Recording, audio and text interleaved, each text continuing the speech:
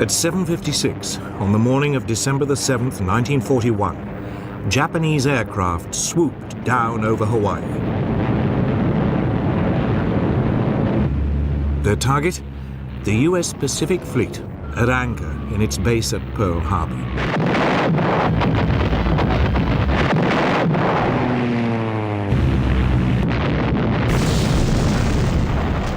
Five U.S. ships were hit immediately.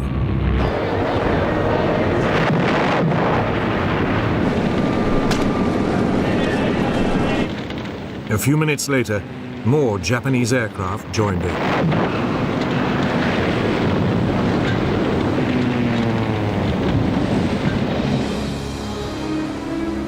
By 8:35, 2 U.S. battleships were sinking, 2 had capsized, and 2 were badly damaged.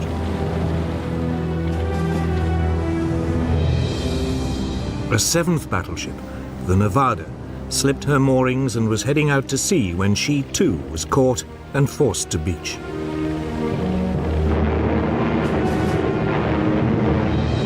Simultaneously, Japanese Zero fighters strafed U.S. aircraft lined up on the island's airstrips.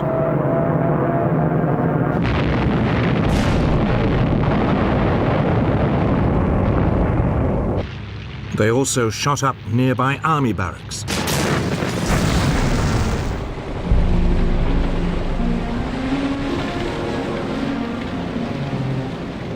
By the end of the attack, dozens of U.S. warships had been sunk or damaged. 188 aircraft were also destroyed.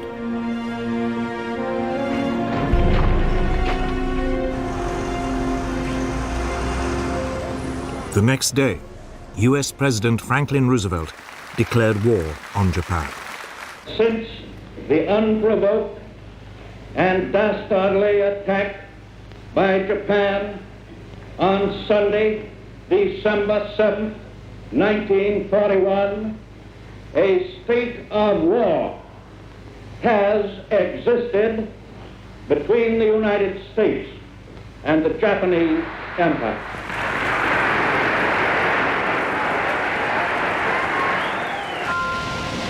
The stage was set. Could Japan knock out the United States with a swift blow before the huge might of America ground it down? It would become one of the great conflicts of World War II.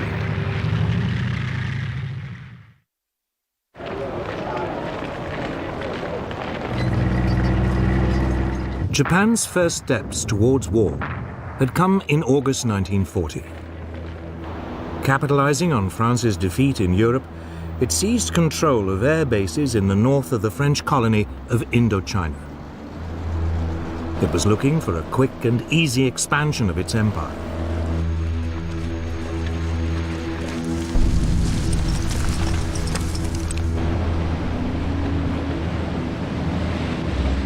A year later, it issued an ultimatum demanding the use of all French air bases throughout Indochina.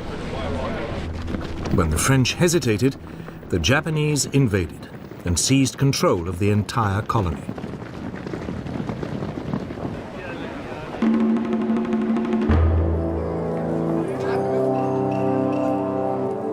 Japan felt the consequences almost immediately. The United States froze its overseas financial assets, effectively robbing the country of its ability to buy oil.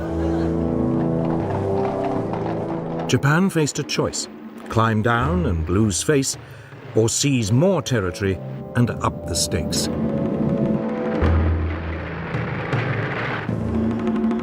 For a new Japanese government, under the aggressive General Hideki Tojo, there was no question about which course to take.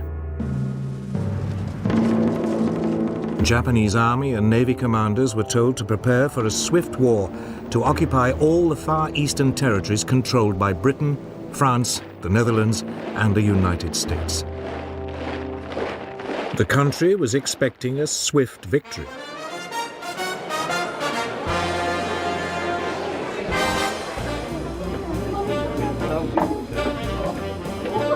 Japan saw the Americans, in particular, as a nation of pleasure lovers with no stomach for a lengthy war and heavy casualties.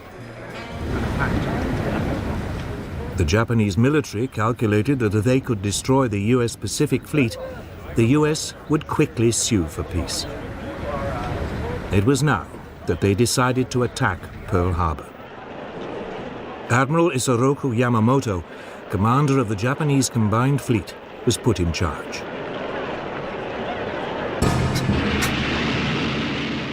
He had 10 battleships, 10 aircraft carriers, and the world's most advanced naval aircraft.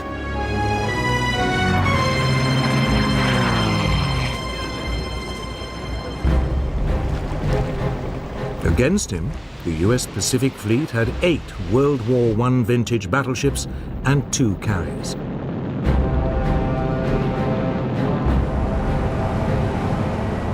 Yamamoto planned the attack with great care. He would hit the US fleet in Pearl Harbor on a Sunday, since, according to intelligence reports, it usually spent the weekends in port.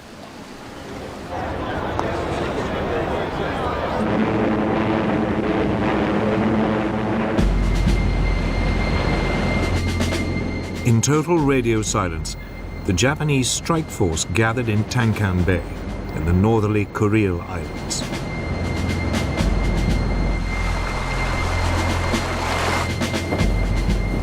The fleet set sail on November the 26th, 1941.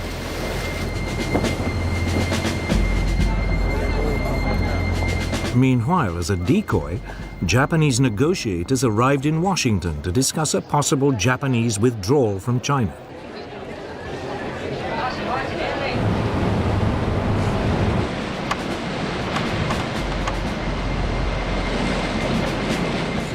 The Japanese fleet refueled after several days at sea. 3 days later, it was off Hawaii. The Americans were still blissfully unaware that anything was wrong.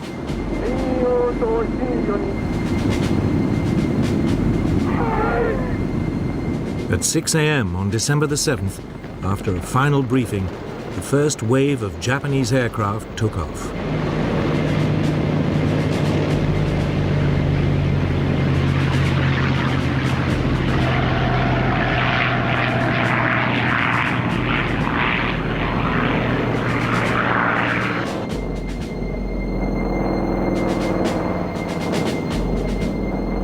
As the Japanese aircraft dived into the attack, US personnel was still just stirring on a fine Sunday morning.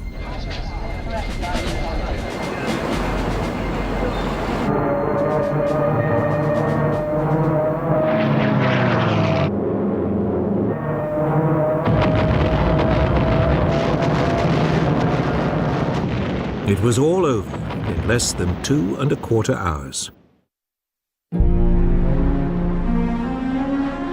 Yamamoto's plan had worked like a dream. Or had it? There was only one problem. The US fleet's 2 aircraft carriers had not been in Pearl Harbor at the time and had escaped the attack.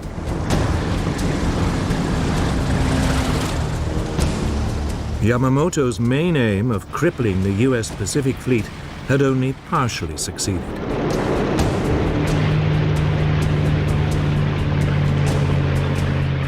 US naval air power in the region was still intact.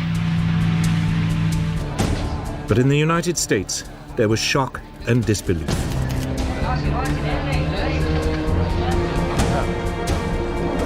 It quickly turned into a mood of fury and determination. Angry mobs attacked the Japanese embassy. Japan had disturbed the sleeping giant. The US Secretary of the Navy, Frank Knox, spoke for many. The Japs started this war.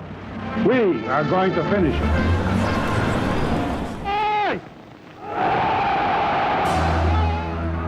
Yet before the US could mobilize its full strength, the Japanese were to inflict more humiliating defeats on the Western Allies.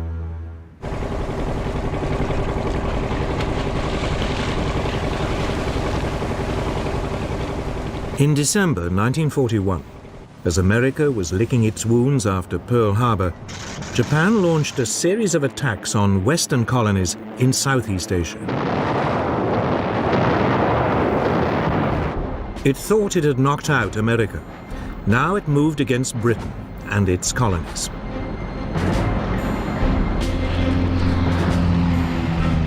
The first to be hit was Malaya, where a Japanese force came ashore in the northeast of the country.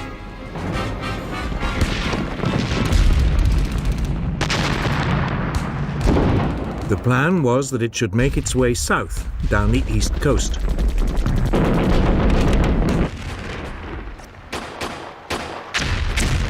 The invasion force was met by a contingent of British Indian troops. But after a day of fighting, they were brushed aside.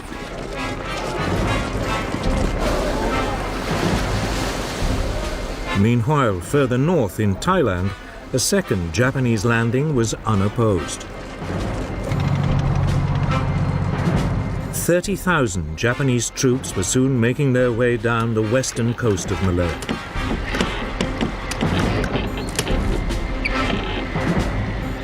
The target of the two groups, Singapore, the center of British military and political rule in the Far East.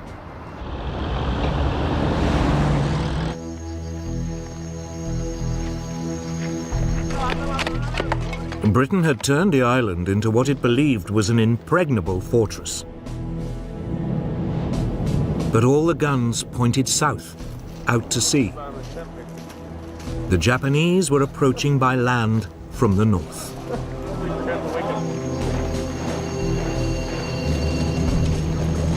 Yet British military commanders remained remarkably untroubled. They didn't rate the Japanese as fighting men and believed the Malay jungle was, anyway, virtually impassable.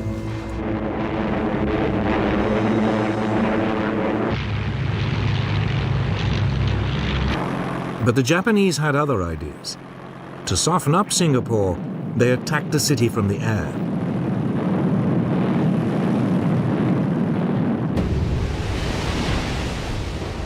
Britain sent the new battleship Prince of Wales and a battlecruiser, Repulse, to attack Japanese troop convoys. They were met by Japanese bombers.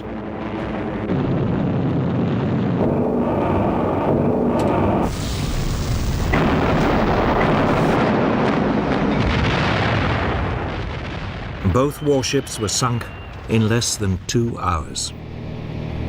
Almost 1,000 of their crew were lost. It was the greatest British naval disaster of World War II. In an era of aircraft and aircraft carriers, it was now clear the battleship, for years the mainstay of the British Navy, had had its day.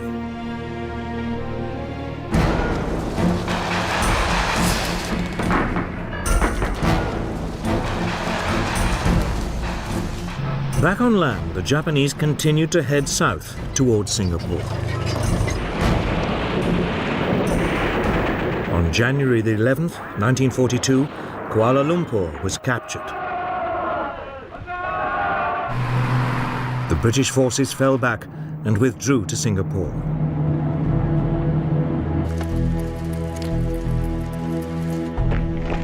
There were now about 100,000 British soldiers to defend it. They faced a force of only 30,000 Japanese.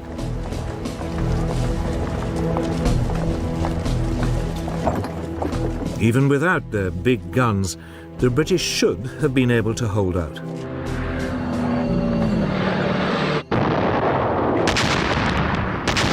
The Japanese launched an assault in early February. It was supported by more airstrikes.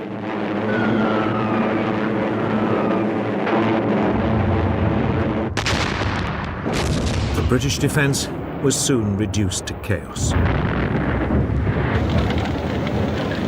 Civilian casualties began to escalate.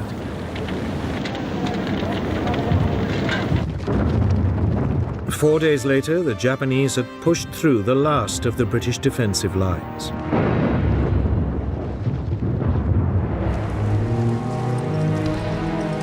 The commander, General Arthur Percival, surrendered with over 90,000 men.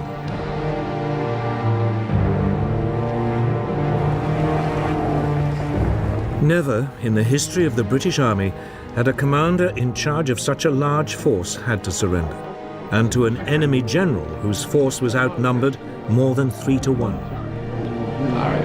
Britain's 200-year-old power and prestige in the Far East had been wiped out in just 10 weeks.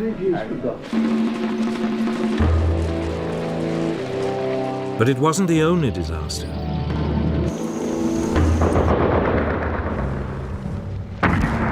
Elsewhere in Southeast Asia, the Japanese forces were equally triumphant. The British garrison in Hong Kong fought for 2 weeks before succumbing to a Japanese invasion.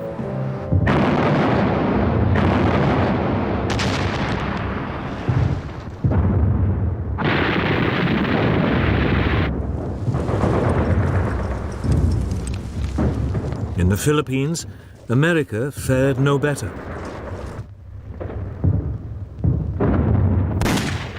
Here, a preemptive bombing raid caught large numbers of US aircraft neatly lined up at Clark Field.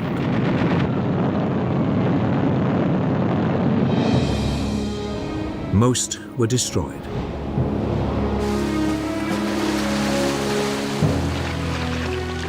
Two days later, with US air power virtually non-existent, Japanese troops began to land.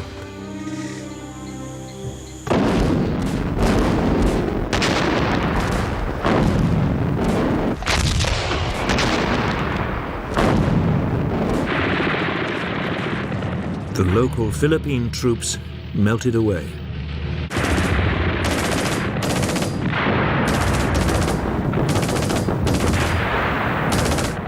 The Japanese advanced rapidly. 10 days later, Manila was captured.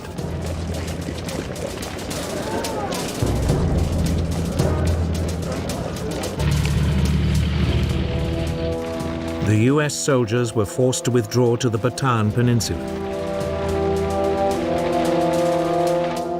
Here they hoped to hold out until a relief force could be sent.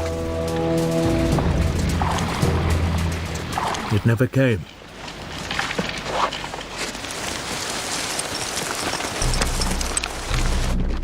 On April 3, 1942, Japanese troops launched a major assault on US positions. After 4 days' heavy fighting, they broke through.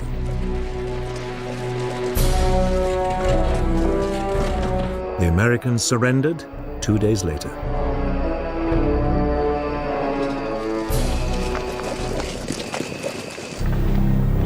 That left just one British colony in the region, Burma. In early 1942, Japanese forces pushed into the south of the country. The British defences had been utterly neglected. There were only some 15,000 men defending the country. They were no match for the Japanese.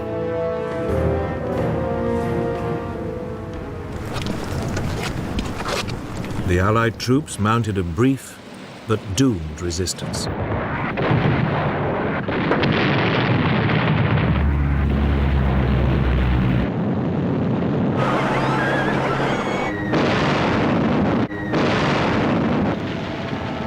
Less than 2 months after invading Burma, the Japanese had seized the capital, Rangoon. 8 weeks later, the British had been pushed entirely out of the country. In just under 6 months, the Japanese had seized control of the whole eastern rim of the Pacific. Their Oriental blitzkrieg had been swift and crushing. Yet already, there were warning signs that they were not as powerful as they appeared.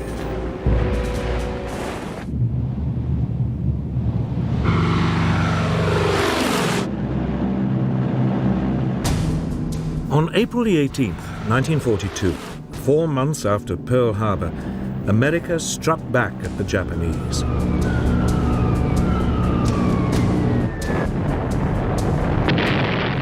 US bombers flying low over Tokyo dropped bombs on the city close to the Emperor's Palace. Others struck Yokohama, Kobe, and Nagoya. The raid, authorized by President Roosevelt himself, was daring in the extreme.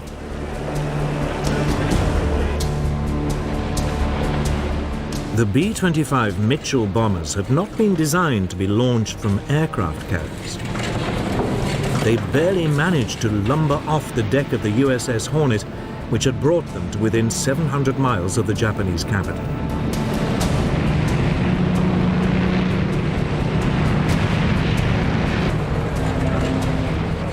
But that didn't diminish their effectiveness in the air.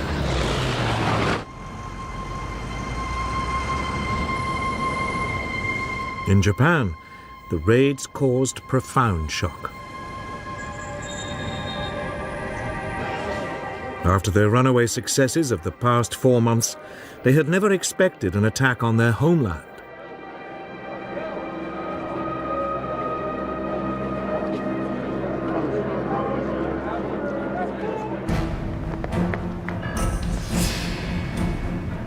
Japan's military planners now decided to extend the country's defenses. If they could seize additional strategic outposts in the Pacific, they could attack and destroy Allied forces before they even came close to the homeland.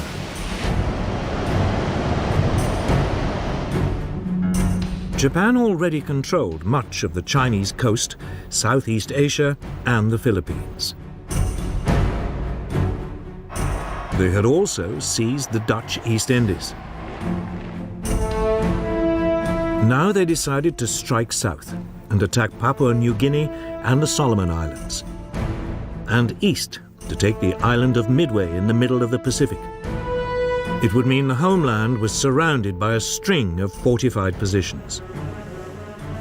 Yet even as Japan was planning its move, its operations were severely compromised, though it only realized this after the war. The United States had broken its military and diplomatic codes.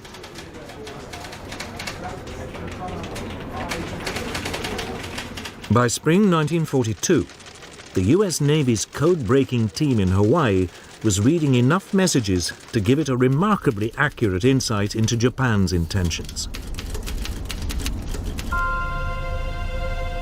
So it was that the US Commander-in-Chief in the region, Admiral Chester Nimitz, learnt the details and timing of Japan's planned invasions of the Solomon Islands and Papua New Guinea. If successful, they would cut off Australia from her allies. A Japanese bombing raid on Darwin had already caused widespread fear of an invasion.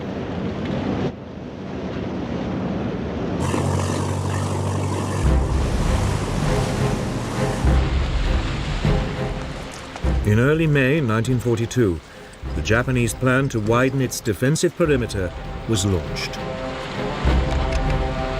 They seized the Solomon Islands.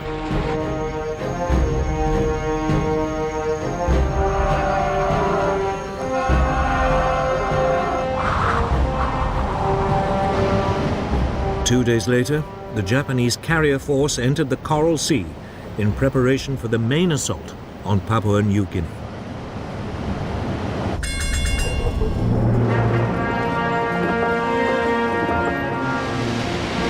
But this time, the Americans had anticipated them. Admiral Nimitz had ordered 2 US aircraft carriers and a number of smaller warships into the area.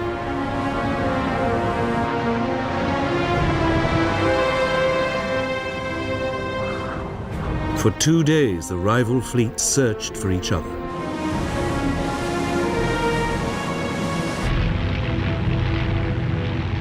Then, on May the 7th, US aircraft located and sank the Japanese carrier Shoho.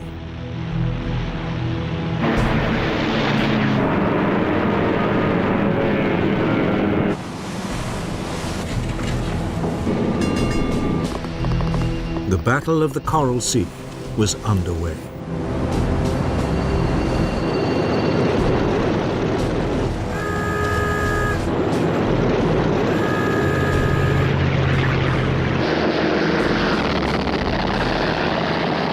Early the following day, the Japanese responded, unleashing a hail of torpedoes and bombs.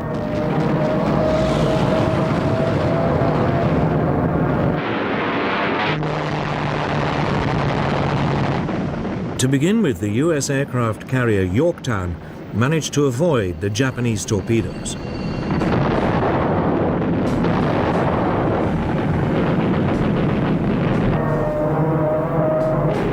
But then she took a bomb which penetrated 4 decks before exploding. 37 men were killed.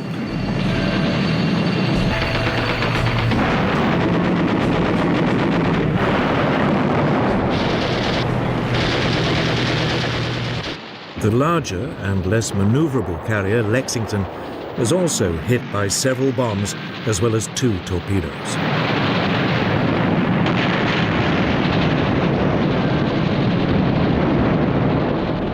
She developed a heavy list to port.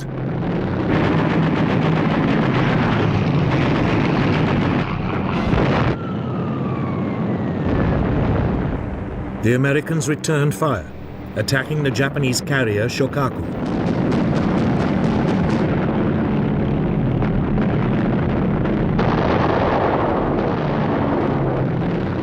The first U.S. raid was blunted by Japanese Zero fighters, which forced the U.S. Douglas Devastator bombers to drop their torpedoes too far out. All the torpedoes missed.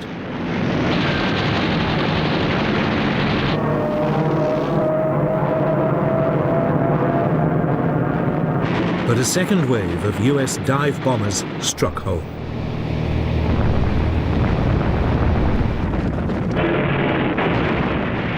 The Shokaku's deck was so badly damaged, she could no longer be used by aircraft.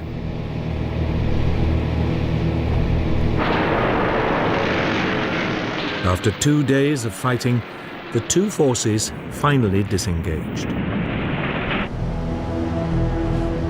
That evening, the Lexington, still afloat, suddenly erupted in a huge explosion.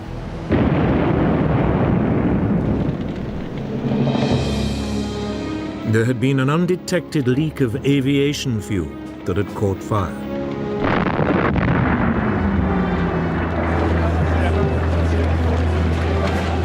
Amazingly, all but 215 of the nearly 3,000 men on board were rescued. Later that evening, an American torpedo scuttled the burning hulk.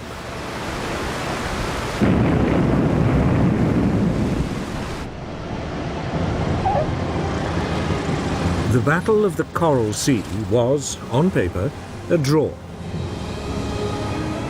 Each side had lost 1 carrier and had another severely damaged. Strategically, however, it was a major U.S. success.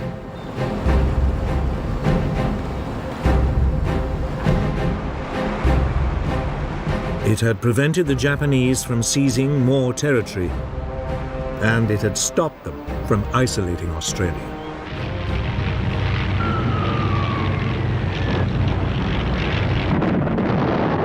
The Battle of the Coral Sea marked a new era in naval tactics. It was the first major sea battle in which the opposing ships were completely out of visual contact. It was fought, instead, by aircraft flying from carriers.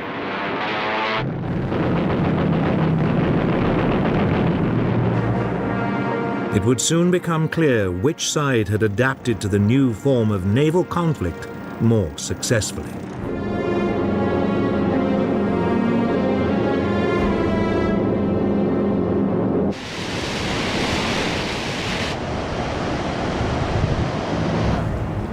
By the late spring of 1942, Japan and America were deadlocked. Japan needed a quick victory if it was not to be ground down by the huge resources of the United States. In mid-May, it began its next move. US codebreakers reported Japanese plans for a new attack. It would be on Target AF, somewhere in the mid-Pacific. The problem for the Americans was that they had no idea where Target AF was. Could it be a reference to Midway Island near Hawaii?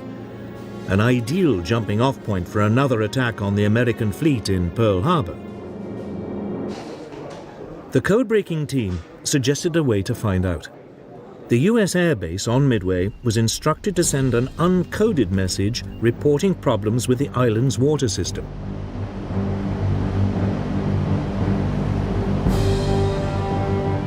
Almost immediately, the code breakers intercepted a Japanese signal that Target AF was having water supply problems. Admiral Chester Nimitz now knew exactly where the enemy would strike.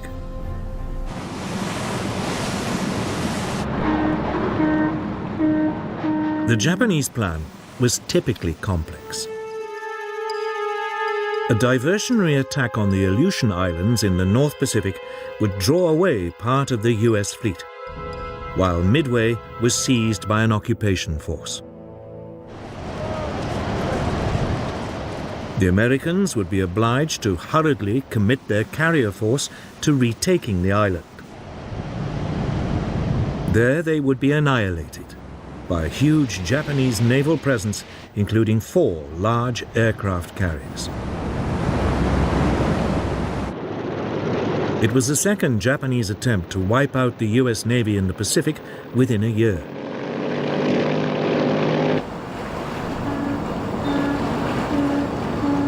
Forewarned, the American carriers left port and moved to a position where they could ambush the Japanese.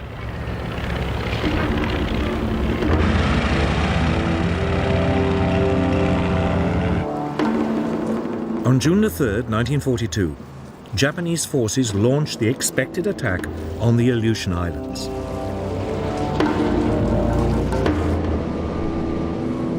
Nimitz didn't respond.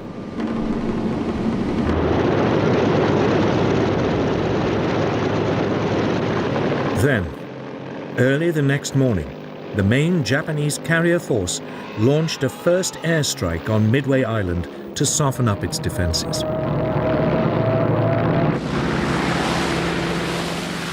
US warplanes from the island intercepted them. Most were outdated Brewster Buffaloes and were easily shot down by the more agile Japanese Zero fighters.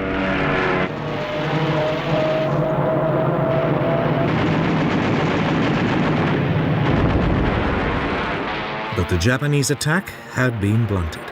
Midway's defenses had not been broken.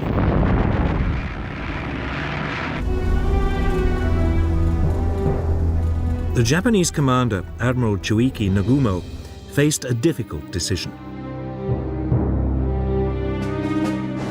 He'd kept some of his aircraft in reserve, loaded with munitions designed specifically for attacking ships, just in case the US fleet was spotted. Should he now order this reserve to be stripped of its torpedoes and armor-piercing bombs and reloaded with high-explosive and fragmentation bombs for a second strike on Midway? It would leave him ill-equipped to take on the US Navy, but he calculated it was a risk worth taking. Then, just as the reloading was underway, he received unwelcome news. A US naval force had been spotted. Was this the US carrier force or a smaller, less significant fleet of ships? Nagumo was in a dilemma. Should he continue with the second strike on Midway, or should he once again re-equip his bombers to take on the US vessels?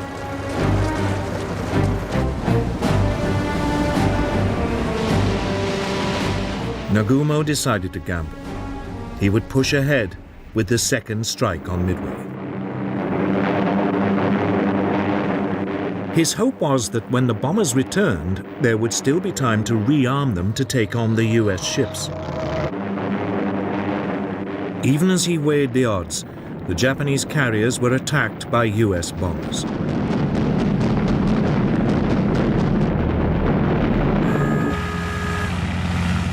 Every available Japanese Zero fighter was scrambled before the US bombers were repelled.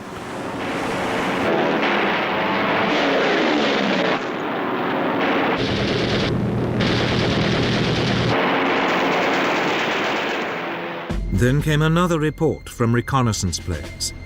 The US force did indeed contain aircraft carriers. Nagumo was, once again, on the spot. His aircraft were halfway through reloading, but the US carriers were a much more important target. He took a second gamble. He decided to change their weapons yet again to attack the US force. But while he did so, his ships would be sitting ducks. Almost immediately, they came under attack from low-flying US torpedo bombers. But they were old and slow and attacked without fighter support.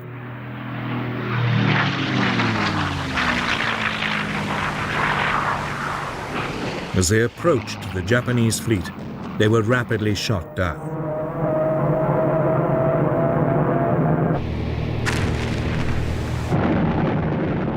For a brief period, it looked as though Nagumo's gamble had paid off.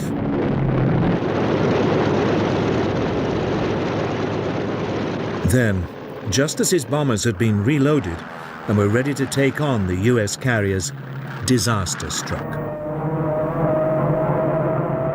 US dive bombers, approaching unseen at high altitude, hurtled down on his ships. The Japanese were caught completely by surprise. Nagumo had gambled once too often and was now at the mercy of American air power. Within 5 minutes, the US dive bombers had reduced 3 of Japan's largest aircraft carriers to flaming wrecks. All would later sink.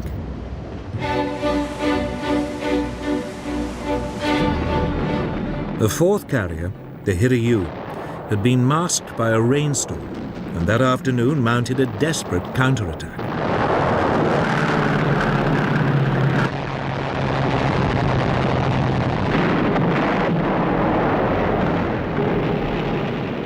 The US carrier Yorktown was severely damaged.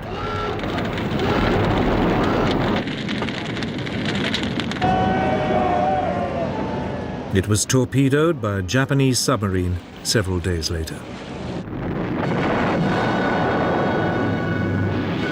But the Japanese fight back was short-lived.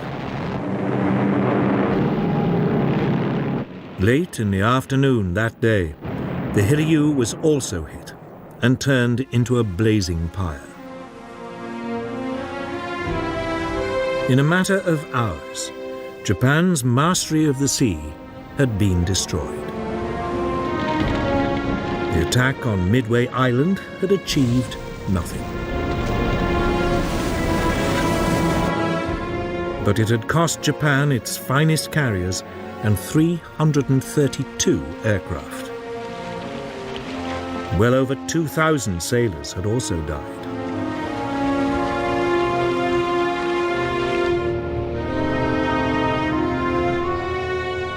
America now ruled the waves in the Pacific. Yet Japan was still undefeated on land and a powerful, threatening force in the air. In the coming months, it would try to maximize these advantages.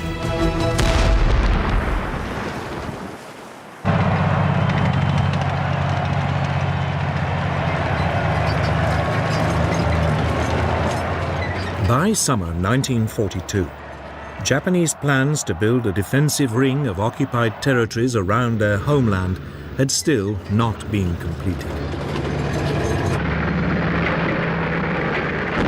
Heavy losses at sea had frustrated their attempts to grab Papua New Guinea and islands in the Central Pacific.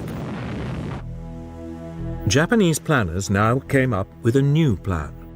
If they couldn't do it by sea, they'd do it by land. On July the 21st, a division-sized force of experienced jungle troops landed on the northern coast of Papua New Guinea. They immediately struck west to capture Port Moresby, the capital.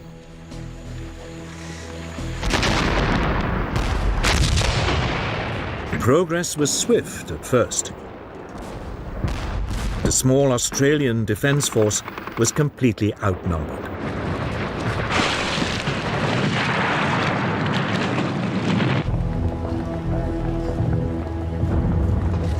Within weeks, the Japanese had captured the main pass over the Owen Stanley Mountains.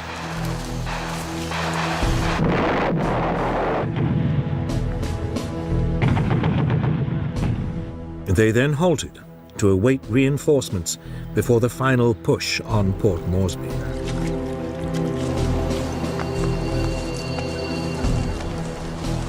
The Australians also mustered new forces.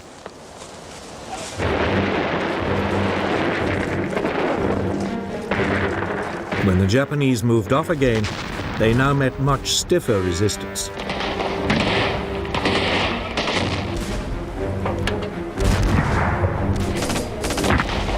For the first time, Japanese troops were up against men who matched them for training, experience, and morale. The Australians stood their ground, and the Japanese were temporarily brought to a standstill.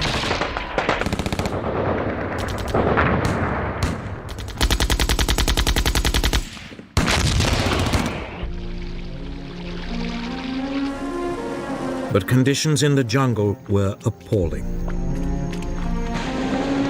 There was constant tropical rain. Malaria was rife. The Australians were eventually again forced to retreat.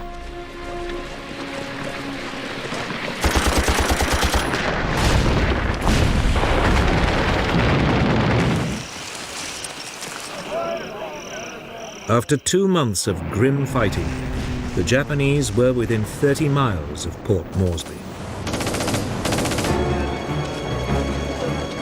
Then, finally, US reinforcements arrived.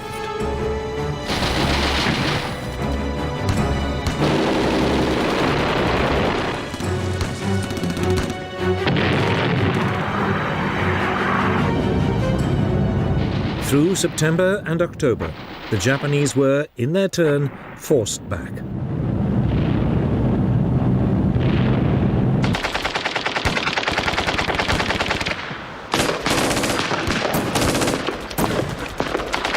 The Japanese made an heroic but suicidal stand.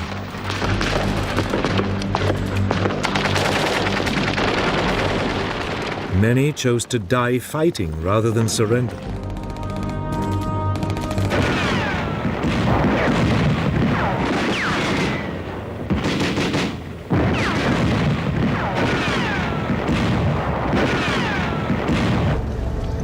It took the Allies another 2 months before the Japanese were finally overwhelmed.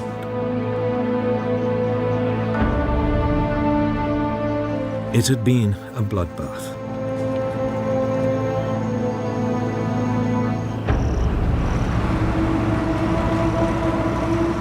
"15,000 Japanese troops had embarked on the operation. Only 3,000 got away.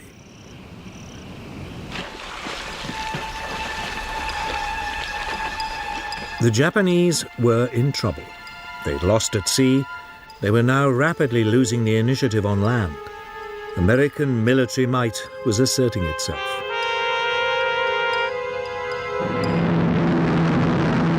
There was only one alternative left: air power.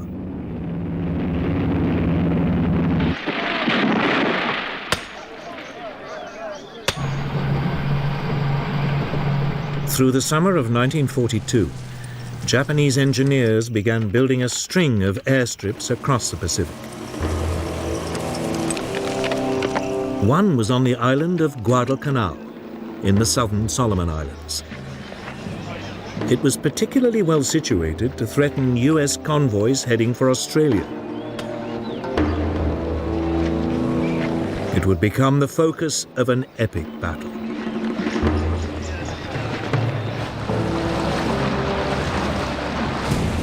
In July 1942, an amphibious force of US Marines invaded the island.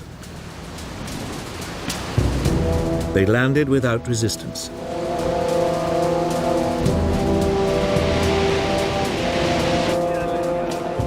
The plan was to capture the half-built airstrip, complete it, and then turn it into a US base. But the Japanese were not ready to give up. That night, they sent in a naval force to land reinforcements and to attack the fleet of US ships supporting the Marines.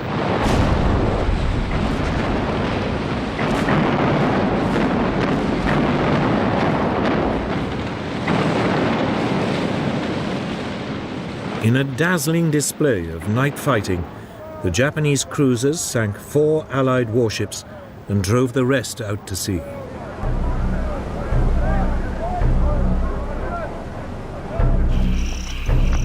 The Marines were now marooned, without supplies and without much of their equipment. They dug in around the airstrip. Despite constant bombardment, using construction machinery left behind by the Japanese, they pushed ahead with the completion of the airfield.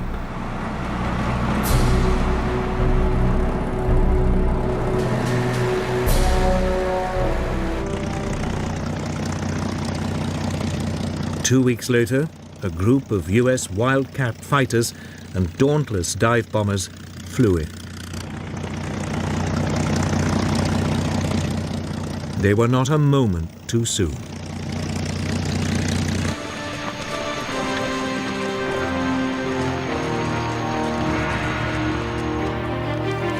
The next day, newly arrived Japanese troops launched a series of suicidal attacks on the airstrip.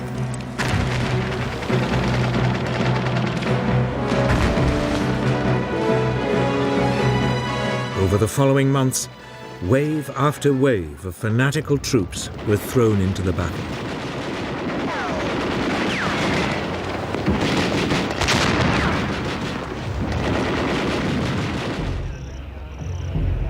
By the winter of 1942, the two sides had fought themselves to a standstill, both now dug in to defensive positions.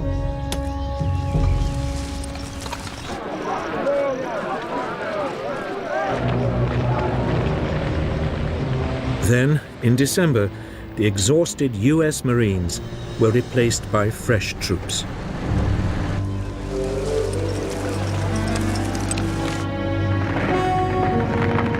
US soldiers now began a new push on the increasingly isolated pockets of Japanese resistance.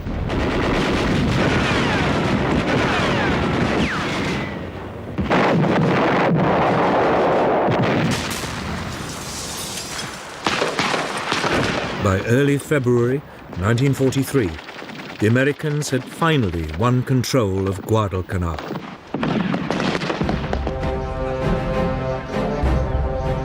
They had now beaten the Japanese at sea and on land.